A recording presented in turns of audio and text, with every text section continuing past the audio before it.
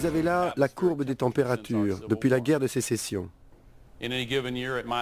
Certaines années, il peut sembler qu'elle baisse, mais la tendance générale est extrêmement claire. Et depuis quelques années, elle est ininterrompue et s'accentue. De fait, les 10 moyennes annuelles les plus élevées jamais enregistrées dans l'atmosphère l'ont toutes été dans les 14 dernières années. Et la plus chaude de toutes fut l'année 2005. On a déjà connu des vagues de chaleur dont les experts prédisent qu'elles seront de plus en plus fréquentes. Il y a quelques années, en Europe, la canicule a tué 35 000 personnes. Mais les spécialistes du réchauffement ont depuis longtemps modélisé cette progression des écarts de température. Et l'on vient d'avoir la vraie courbe des températures des océans. Et bien sûr, plus les océans se réchauffent, plus les tempêtes se renforcent. Nous recevons des appels déchirants de gens qui nous disent « Je suis dans mon grenier, je n'en peux plus. J'ai de l'eau jusqu'au cou, je ne crois pas que je pourrai tenir longtemps. » Et ça se passe là pendant que je vous parle. En automne et en hiver, les feuilles tombent et dégagent du CO2. Et donc, le taux de CO2 dans l'atmosphère augmente de nouveau. C'est comme si, une fois par an, la Terre inspirait et expirait. Il a commencé à mesurer les taux de gaz carbonique en 1958. Et vous pouvez constater, comme je l'ai constaté, pendant toutes ces années, le taux n'a pas cessé de grimper. C'est inexorable. Et l'on commence à en voir les conséquences partout dans le monde. Voici une photo du Kilimandjaro, il y a plus de 30 ans. Et plus récemment, un de mes amis vient de rentrer du Kilimandjaro avec cette photo, prise il y a 2 mois. Un autre de mes amis, Lonnie Thompson, est glaciologue. Voici une photo de lui à côté d'un vestige de ce qui fut un imposant glacier. D'ici une dizaine d'années, les neiges du Kilimandjaro n'existeront plus. On constate le même phénomène dans le parc national des glaciers. Mais ceux qui montent les voir assistent à ce spectacle tous les jours.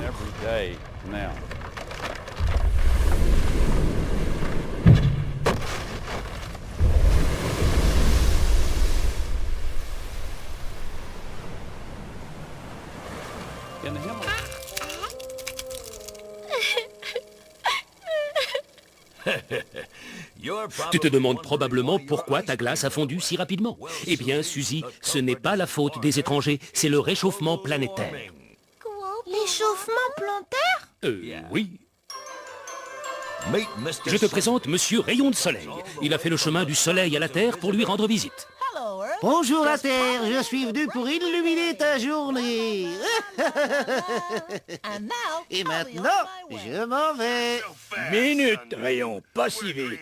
Nous sommes les gaz à effet de serre. Tu t'en vas pas, tu restes là.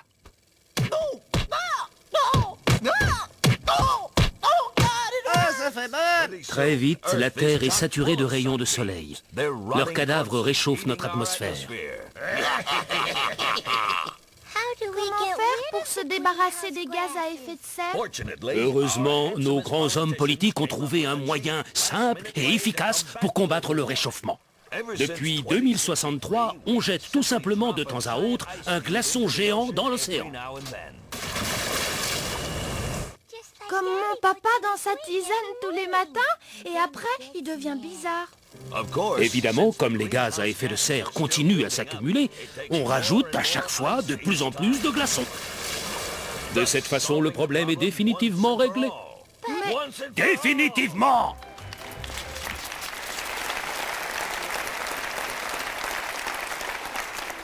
Voilà le futur dans lequel vous allez vivre.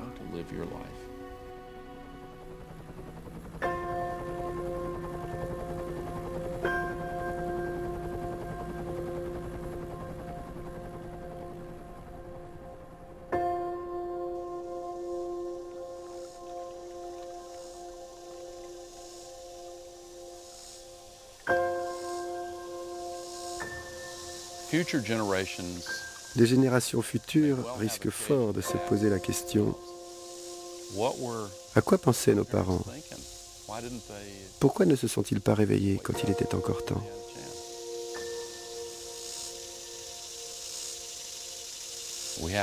Cette question, nous devons l'entendre dès à présent.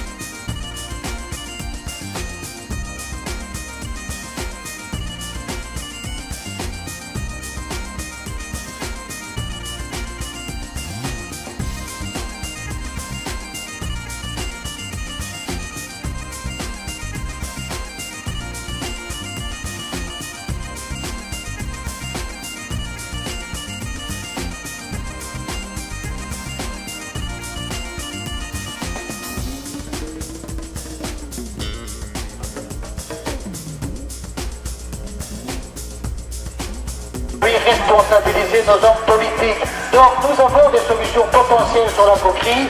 Nous devoir de nous redonner la richesse que nous avons créée en Wallonie par le biais de l'assainissement des territoires, mais également pour le développement durable de notre région qui en a grand besoin. Le chômage tue plus que l'environnement. Nous sommes contre cette solution-là, donc nous devons avoir des outils performants sur la région de Charleroi. Et ceci n'est qu'un début. Nous nous redonnerons rendez-vous ici, s'il le faut, sur Namur ou à Charleroi ou partout ailleurs. Il faut aller voir d'autres villes. Merci camarades, merci compagnons.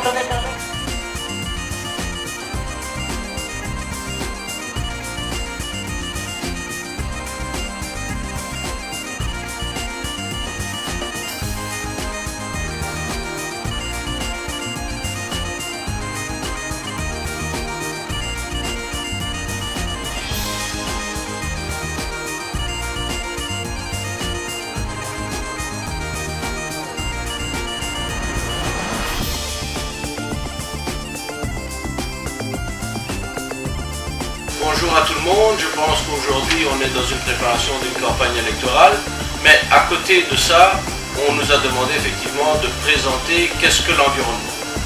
Alors posons-nous les bonnes questions, chacun à sa place, chacun à son niveau, chacun dans sa maison, qu'est-ce que l'environnement?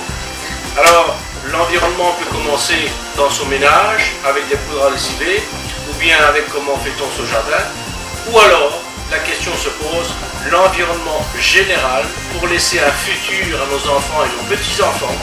Et l'environnement, alors, commence là-bas. L'environnement, c'est la planète. La planète, on en a qu'une. Des voitures, des maisons et tous les biens de consommation, on peut en avoir des millions.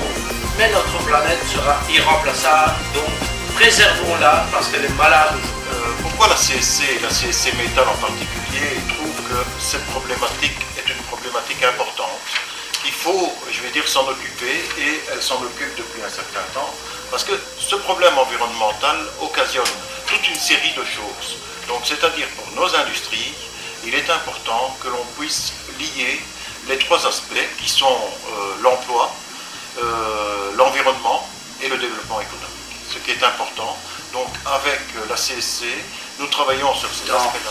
Pas mal d'entreprises, on oppose l'environnement et l'emploi. Souvent, ça correspond à un prétexte. C'est un prétexte pour les employeurs pour ne pas réaliser un certain nombre d'investissements. Pour ne pas se positionner par rapport à des changements qui sont nécessaires s'ils veulent rester compétitifs. Et alors le prétexte choisi, c'est de dire que l'environnement coûte cher et qu'en fait, si on investit dans l'environnement, ça risque d'avoir des répercussions sur l'emploi. Et aujourd'hui, on se rend compte que les entreprises qui ne gèrent pas l'environnement, qui ne respectent pas la réglementation, qui ne gérer, c'est prévoir, donc qui ne prévoient pas l'avenir, qui ne sont déjà pas sur la balle des évolutions futures, sont des entreprises qui demain auront des difficultés. Et pour illustrer ce que tu disais, pour toutes les sociétés qui ne veulent pas faire d'investissement et se servir effectivement de cette excuse-là pour rationaliser, chez nous, à Charleroi, dans toute la région, on connaît très bien la coquerie de Marchienne. Et la coquerie de Marchienne a été sacrifiée sur l'autel effectivement de l'aspect financier. Il faut être convaincu aujourd'hui que en Wallonie, où nous nous situons en synergie avec les changements qui sont en train de se produire au niveau européen, avec les objectifs de réduction des émissions de gaz à effet de serre de 20% pour l'an 2020, avec les nouvelles sources, les nouvelles technologies pour produire des énergies renouvelables, et nous sommes des acteurs sur ces secteurs, et nous développons de nouveaux secteurs productifs avec des emplois qui sont durables dans le temps, ou alors nous allons passer à côté d'un développement et nous resterons une région sous-développée. Donc c'est vraiment un choix d'investissement, c'est le choix soit de se situer sur un passé industriel ou sur de nouvelles technologies à développer.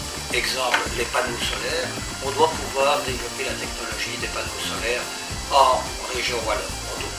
Un certain nombre d'initiatives existent. Celles qui existent travaillent pour 80% de l'exportation. Ça veut dire qu'il y a un marché. Le chantier de l'environnement, pour nous, est quelque chose d'essentiel. Continuer à s'occuper d'environnement, c'est s'occuper d'emploi. C'est s'occuper d'une industrie. C'est continuer à défendre les travailleurs là où ils sont et obliger les entreprises à investir dans cet environnement. Parce que c'est ça qui continuera à faire progresser notre secteur.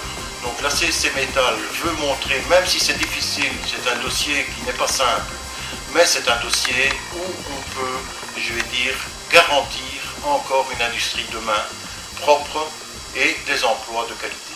L'environnement, c'est l'emploi, des emplois de qualité, la sécurité et un revenu décent pour tous nos travailleurs, pour leur futur.